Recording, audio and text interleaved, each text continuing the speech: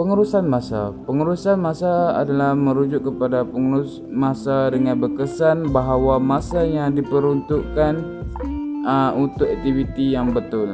Pengurusan masa yang berkesan membolehkan individu menetapkan slot masa tertentu untuk aktiviti mengikut kepentingannya. Pengurusan masa merujuk kepada penggunaan masa dengan sebaik-baiknya. Masa sentiasa terdapat 4 jenis waktu utama, iaitu waktu bekerja, waktu bermain, suci masa dan masa semula jadi. Pada hari pertama yang saya tunjukkan di blog sebelum ini, saya melakukan membaca buku di waktu pagi dan beriadah di waktu petang. Ini dikategorikan waktu main, yang bermaksud masa rekreasi. Inilah masanya untuk menjadi kreatif, sensual, suka bermain, meneroka, menikmati dan berhibur. Matlamat masa bermain adalah pengalaman yang menyeronokkan dan menggembirakan. Waktu bermain memuaskan diri ini bukan mengenai tujuan atau keputusan, dan pemenang dan kalah akhirnya tidaklah penting. Waktu bermain yang betul menolong kita merasa diciptakan semula. Sebaik-baiknya masa bermain dilekatkan menonton televisyen, bukan. Contoh masa bermain yang bagus: bermain sukan, melukis, membaca, bercakap dan ketawa bersama rakan, dan pergi ke galeri seni. Semua boleh menjadi pilihan masa bermain selagi anda menikmati diri anda sendiri. Selain itu, saya bermain bersama haiwan peliharaan, iaitu waktu semula jadi adalah masa yang boleh diterima. Masa semula jadi cukup masa rehat yang khas atau pemulihan yang dihabiskan dengan alam semula jadi. Ini boleh di taman atau halaman belakang. Masa semula jadi boleh merangkumi bermeditasi di awan atau duduk di bawah pokok. Waktu semula jadi merangkumi masa dengan haiwan, anjing, kucing, kuda, dan masa yang disengajakan dan dihabiskan dengan peliharaan selain makhluk adalah cara biasa untuk meluangkan masa semula jadi. Masa semula jadi kuncinya sebenarnya adalah dalam mood penerimaan di mana anda terbuka untuk mendengar, menonton, belajar dari undang-undang alam semula jadi dan pengalaman pada gurun harus mengajar. Para saintis telah membuktikan bahawa kesihatan manusia adalah tidak diragukan, diluluskan apabila kita menghabiskan masa di alam semula jadi. Pada hari kedua saya melakukan membersihkan rumah, iaitu waktu kerja adalah masa yang produktif. Inilah masa untuk aktif, untuk membina, membersihkan, membuat, membelanjakan tenaga untuk pengeluaran hasil dan matlamat. Bagi kebanyakan kita ini bermaksud kerjaya dan pekerjaan, tetapi kerja boleh merangkumi kesibukan di sekitar rumah atau pekerjaan yang lakukan untuk menolong keluarga dan rakan-rakan. Menentukan ciri masa kerja adalah bahawa tujuannya adalah untuk menghasilkan nyata. Akhir sekali, waktu suci adalah masa yang intuitif. Terdapat banyak cara untuk tentukan waktu suci. Waktu dalam solat, waktu melakukan yoga, waktu masuk diam atau bahkan masa yang muncul pada waktu semula jadi. Apa yang penting masa suci adalah dimensi intuitif. Waktu suci adalah tentang mendengarkan hati anda untuk mengetahui apa yang diperlukan oleh semangat anda.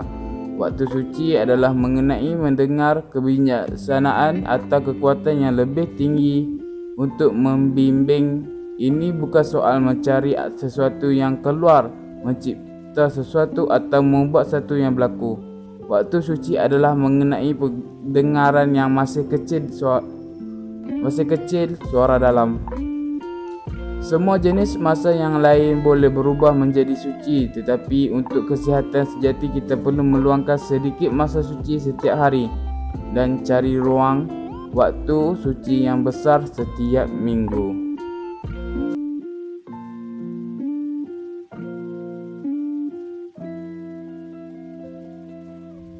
Dewasa, ini isu penggunaan masa menjadi perbualan hangat masyarakat. Terdapat banyak pengkaji yang berusaha untuk menyelesaikan masalah penggunaan masa, tetapi terdapat segelintir masyarakat yang menyatakan bahawa mereka tidak mempunyai cukup masa dalam kehidupan mereka. Kenapa perkara ini boleh berlaku?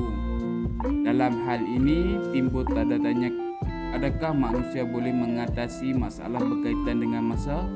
Bolehkah masa diurus dengan efektif dan berkesan? Sudah pasti kepada kita bahawa hakikat masalah pengurusan masa adalah sesuatu yang amat sukar diurus dengan efektif secara 100%, tetapi kita boleh menimakan kesalahan dalam penggunaan masa.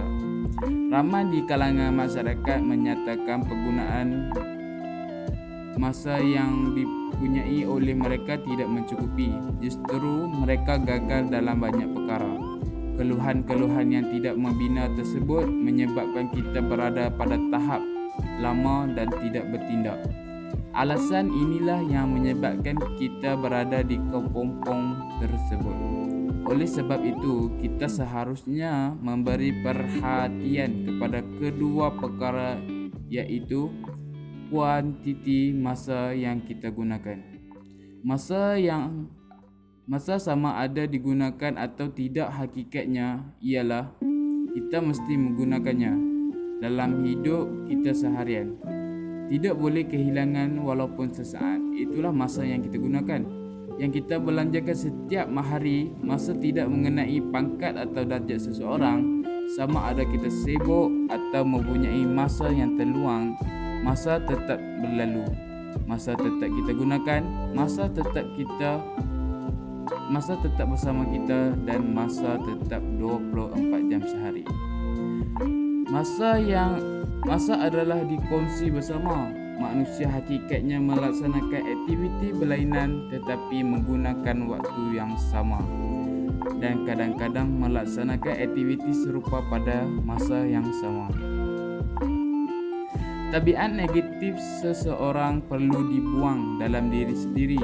Jika selama ini kita merupakan seseorang yang selalu menangguhkan kerja, maka kita perlu mengambil perhatian terhadap perkara ini. Misalnya sebagai pekerja, tugasan yang diberikan oleh majikan perlu disiapkan secepat mungkin. Kadang-kala terdapat individu yang melakukan tugas secara minit terakhir, maka tabiat ini perlu diperbaikikan.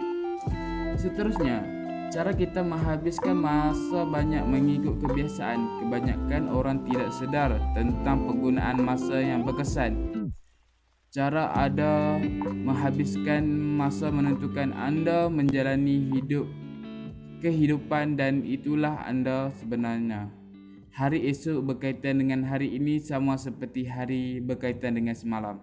Belajar mengawal masa Anda bermakna mengubah setengah kebiasaan penggunaan masa Anda. Tetapi Anda tidak mengubah kebiasaan penggunaan masa sebelum Anda terlebih dahulu mengetahui kebiasaan itu. Kebanyakan manusia tidak begitu memikirkan matlamat. Kita cuma bergerak balas atau berinteraksi terhadap tekanan daripada orang atau benda lain. Jika kita mahu mengawal masa kehidupan kita sendiri, kita mestilah memutuskan matlamat kita. Orang lain tidak dapat melakukan untuk kita. Rancang masa Anda dengan menetapkan matlamat, iaitu tentang perkara yang hendak kita buat, yang dibahagikan kepada matlamat jangka pendek dan matlamat jangka panjang. Matlamat yang hendak dicapai haruslah khusus, iaitu dipecah, dibahagikan, dan objektif yang konkret di samping boleh dicapai dengan munasabah. Secara keseluruhan, pengurusan masa bukanlah mudah seperti yang kita sangkakan. Ramai di kalangan individu sering mengabaikan kepentingan masa, penggunaan masa, hingga perkara pendapat bahawa mereka tidak punya masa yang mencukupi dalam kehidupan harian mereka. Hanya dengan pengurusan masa yang berkesan barulah kita dapat memanfaatkan penggunaan masa dengan maksimal. Sejak akhir-akhir ini ramai individu yang telah sadar tentang kepentingan pengurusan masa dan berusaha untuk mengurus masa dengan baik.